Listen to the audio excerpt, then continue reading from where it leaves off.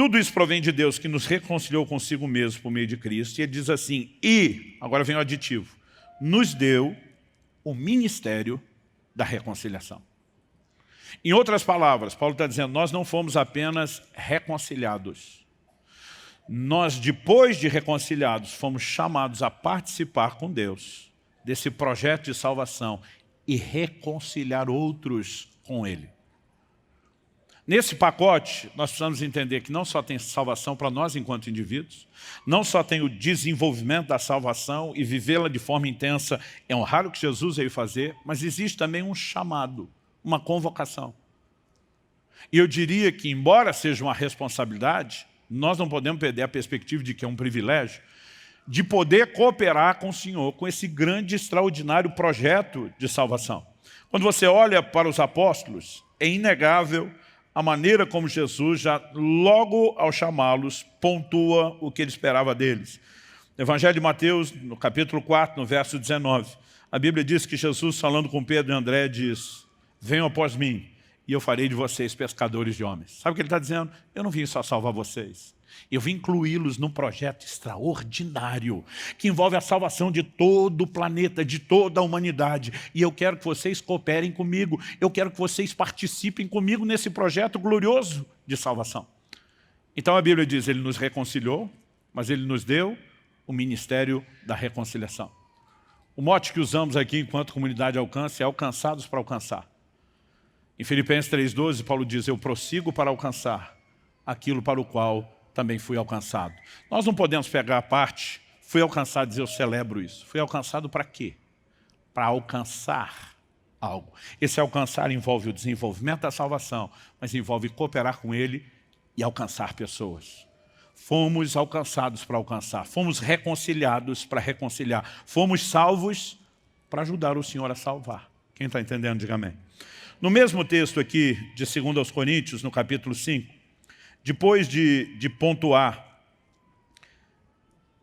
que Deus nos deu o ministério da reconciliação, vamos continuar lendo? No verso 19, Paulo explica, saber que Deus estava em Cristo reconciliando consigo o mundo, não levando em conta os pecados dos seres humanos e nos confiando a palavra da reconciliação. Aqui ele mostra que o ministério é uma palavra, é uma mensagem a ser comunicada. Verso 20, portanto, somos embaixadores em nome de Cristo, como se Deus exortasse por meio de nós.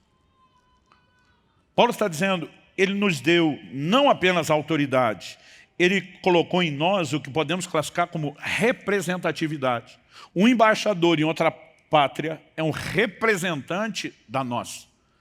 Ele não é um mero porta-voz, ele é um representante. E a Bíblia está dizendo que eu e você somos embaixadores de Cristo. Eu não sei você, eu fico empolgado. Porque pregar o Evangelho não é apenas uma ordem que me foi dada, é o privilégio de representar o Deus que oferece salvação. A ponto dele dizer isso, como se Deus, por meio de nós, exortasse. No verso 20 ainda ele termina. Em nome de Cristo, pois, pedimos que vocês se reconciliem com Deus. E para os reconciliados, que vocês assumam o ministério da reconciliação. Jesus veio para salvar, mas embora ele tenha providenciado tudo no ato único da sua morte e ressurreição, para que o projeto seja executado, ele conta comigo, ele conta com você, ele conta com a nossa cooperação. Nenhum de nós tem o direito de celebrar Jesus ter vindo, ter encarnado, ter passado tudo que passou para nos alcançar, quase como se a gente dissesse, se eu estou dentro, o resto é que se lasque. Nós precisamos entender que Deus não nos amou apenas enquanto indivíduos. A Bíblia diz, Deus amou o mundo. 1 Timóteo 2,4 diz que Deus deseja que todos se salvem e cheguem ao pleno conhecimento da verdade. E nesse projeto, Ele nos chamou para participar não apenas no sentido de desfrutar, mas para participar no sentido também de trabalhar. Eu olho para um Paulo que entendeu isso com tanta clareza, se doou à pregação do Evangelho de uma forma impressionante. A declaração dele em Atos 20, 24 é uma inspiração para mim.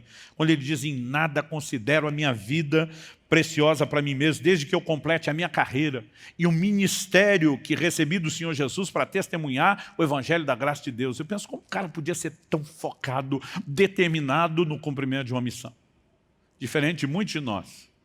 Quando ele foi alcançado por Jesus, não disseram para ele apenas que ele estava recebendo algo. Ele foi rapidamente notificado que o que ele recebeu, ele tinha a responsabilidade de compartilhar. Eu gosto de uma frase, eu não sei de quem é a autoria, mas eu vejo o pastor Carlito Paz sempre citando, e diz que na vida cristã nós precisamos aprender a receber, celebrar e compartilhar. Quando falamos da salvação, temos a responsabilidade de receber, precisamos celebrar, mas também precisamos compartilhar. Em Atos, no capítulo 9, tão logo Saulo tem um encontro com Cristo, a Bíblia diz no versículo 9 que ele fica 3 dias sem ver. E a Bíblia diz, durante os quais nada comeu nem bebeu. Imagina a crise que esse homem está. Ele era um perseguidor de Cristo e dos cristãos, agora ele se converteu. Ele está debaixo de um impacto, ele está vivendo um momento de arrependimento, de repensar tudo. Ele está lá orando. Nós vamos descobrir mais à frente que ele estava orando. A Bíblia diz, versículo 10, havia em Damasco um discípulo chamado Ananias. O Senhor lhe apareceu numa visão e disse, Ananias, ao que ele respondeu, eis-me aqui, Senhor. Então o Senhor lhe disse, levante-se, vá à rua que se chama Direita, e na casa de Judas, procure por um homem de Tarso chamado Saulo. Ele está orando. E numa visão, viu entrar um homem chamado Ananias, impôs-lhe as mãos para que recuperasse a vista. Então aqui nós sabemos que além de não comer e não beber, ele estava orando. E agora Jesus está dizendo a Ananias, preciso de você.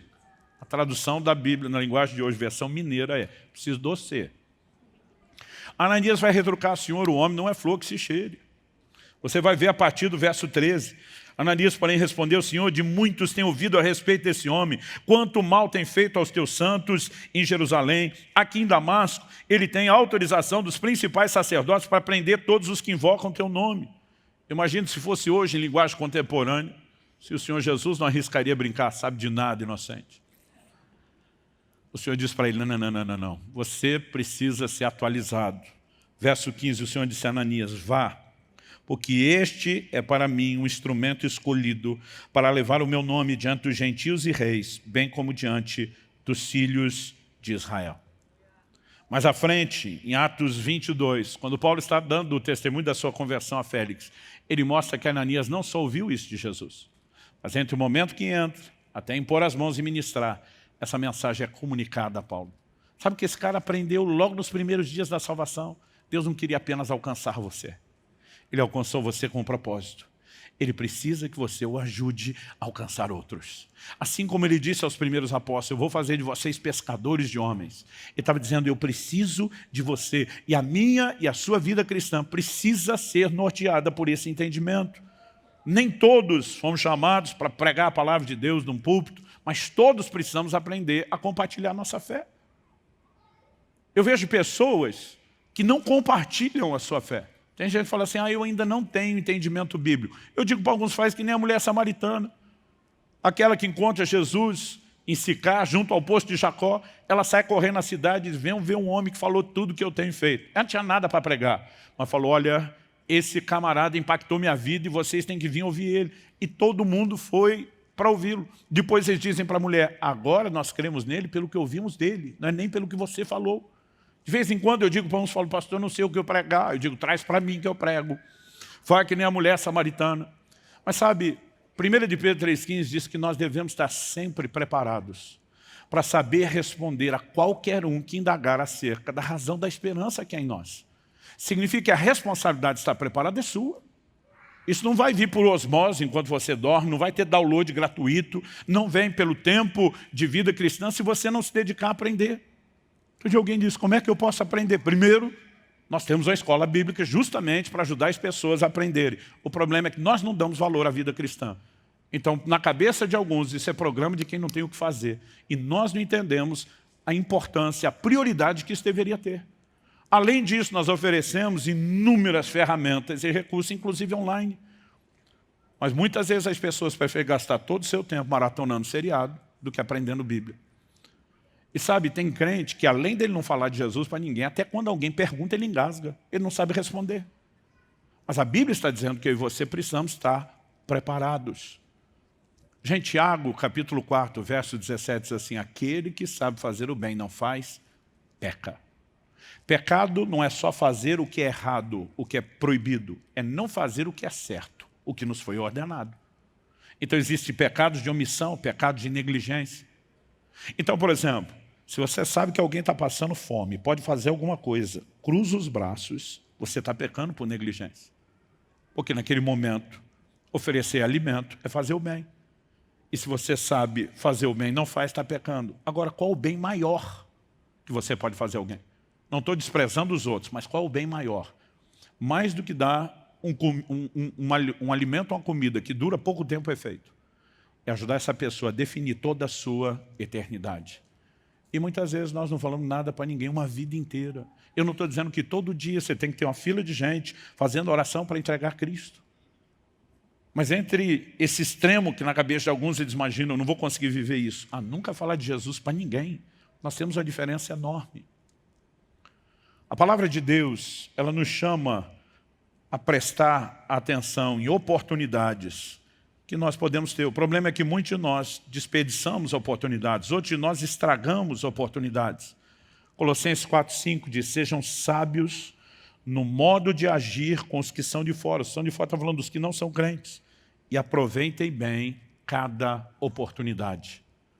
Muitas vezes a oportunidade aparece, outras vezes você dá uma forçadinha, você tenta ajeitá-la. Mas nós precisamos aprender com o tempo, criar oportunidades onde a gente possa testemunhar. Talvez você não vai conseguir até o fim fazer um apelo, mas a Bíblia fala de um que planta, de outro que rega, a Bíblia fala de outro que colhe, fala que o crescimento vem de Deus, e eu e você podemos fazer uma parte. Talvez nós vamos plantar o que outros vão colher. Às vezes nós estamos colhendo o que outros plantaram. Eu já levei pessoas a Cristo, foram evangelizadas por outro. Deus me permitiu entrar no arremate final. No dia da recompensa do galardão, Deus sabe como tocar todo mundo que participou do processo. Mas o que quer que seja que a gente faça, nós devemos fazer crendo que Deus, de alguma forma, vai agir, que não é apenas a gente. Não se trata de um testemunho. Eu tenho visto, às vezes, pequenas palavras, mas que vêm com aquela clareza do Espírito Santo. Eu lembro de uma vez que eu fui desejar para um Feliz Natal. Eu falei, Feliz Natal. E, por favor, não esqueça o aniversariante. O cara me olhou e falou, como é que é? Eu falei, o Natal vocês vão celebrar o nascimento de Cristo, não é? É, o aniversariante é ele. Eu falei, mas lá vocês vão encher o bucho de comida. Conhecendo você e sua turma, vocês vão se empanturrar de bebida.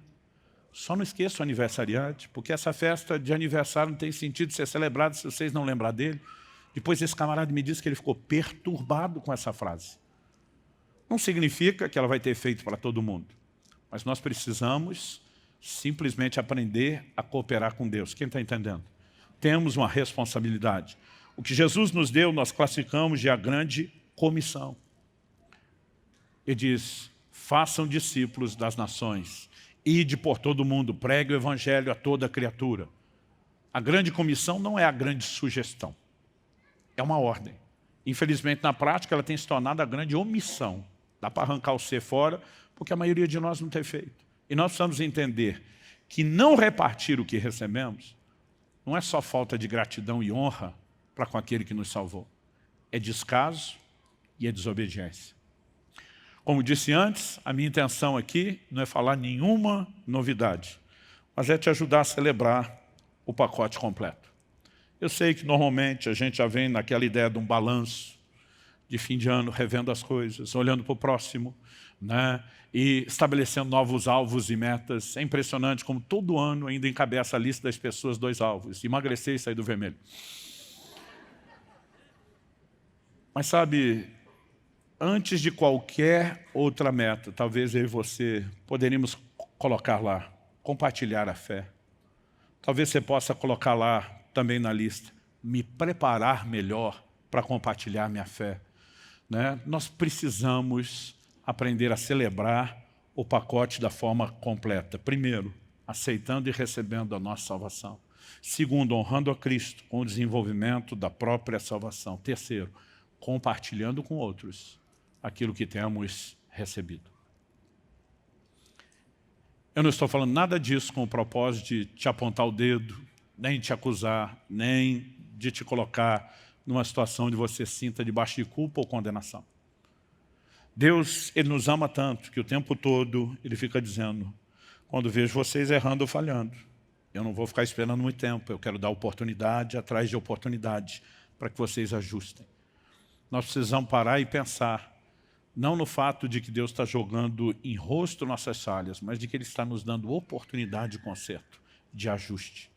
Eu gostaria que nós terminássemos orando, e nesse momento de oração, que a gente pensasse e avaliasse algumas coisas. Primeira delas, você já abraçou essa salvação oferecida?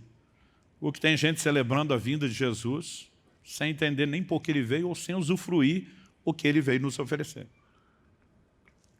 Segunda coisa que eu gostaria que você se questionasse, se perguntasse. Eu, além de abraçar o início dessa experiência, estou determinado a viver o pacote completo, o crescimento para a salvação, o desenvolvimento da salvação. A forma como estou me dedicando a isso me coloca naquele lugar de que eu estou vivendo de um modo digno do Evangelho ou não. Porque talvez sua necessidade não seja abraçar a salvação, seja comprometer-se melhor com a salvação que você já abraçou. Mas a terceira área que eu gostaria que você pensasse e se examinasse é se você tem compartilhado a sua fé, se você tem transbordado a salvação. Isso é uma expressão que eu uso desde o início da igreja, salvação transbordante, é o que ela deveria ser para nós. Em 1 Timóteo 4,16, Paulo diz ao seu discípulo, fazendo isso, salvarás tanto a ti mesmo, como aos que te ouvem. O salvarás a ti mesmo, ele não está dizendo que Timóteo não tinha abraçado a salvação, nem naquele passo inicial. Ele está falando do processo, da continuidade. Mas ele diz, além de se preocupar em entrar e desenvolver, você precisa pensar na inclusão, salvar outros, alcançar outros. E se uma dessas áreas você precisa de conserto e ajuste, esse é o momento e essa é a hora. Ou se em todas as áreas, ou se em mais de uma área, esse é o momento, essa é a hora. Eu gostaria que você falasse com Deus por um instante, do seu jeito, da sua maneira, com as suas palavras, enquanto eu, da minha parte do lado de cá, quero orar por você. Senhor, nós colocamos diante de Ti a vida de cada um nesse lugar e daqueles que nos acompanham pela transmissão da internet. Eu oro que o Teu Espírito Santo nos ajude, não apenas no autoexame. Tua palavra nos orienta sobre examinarmos-nos a nós mesmos, e o autoexame é bíblico. Mas nós queremos ir além, e nessa hora nós clamamos pelo exame do alto. Semelhança do salmista, nós oramos, sonda-nos, ó Deus. Vê se em nós algum caminho mau. Expõe o nosso coração. Sabemos que o seu propósito, quando expõe falhas, não é para trazer culpa ou condenação, mas como o Senhor fez com Isaías, para promover conserto, santificação, restauração. Mas também ajuda-nos a não olhar apenas para nós mesmos, de forma egoísta, porque isso é justamente o que o seu amor que nos ofereceu essa salvação não é. O Senhor deseja que todos se salvem. Nós queremos aprender a celebrar, não apenas uma vez ao ano, mas continuamente a vinda de Jesus, entendendo que Ele veio para nos salvar, que depois de reconciliados precisamos viver de modo digno, mas que também recebemos o ministério da reconciliação. Ajuda-nos, não apenas a entender, mas acima de tudo, a viver, a pautar a nossa vida de acordo com essas verdades claramente reveladas na Escritura. Nós oramos em nome de Jesus, que essa possa ser uma manhã de consertos, de ajustes e não só de revisão. E que nós possamos viver uma vida que de fato honre e glorifique Jesus, por meio de não só abraçarmos a fé, mas vivemos intensamente o Evangelho e compartilhá-lo com o maior número possível de pessoas. Nós oramos em nome de Jesus. Em nome de Jesus.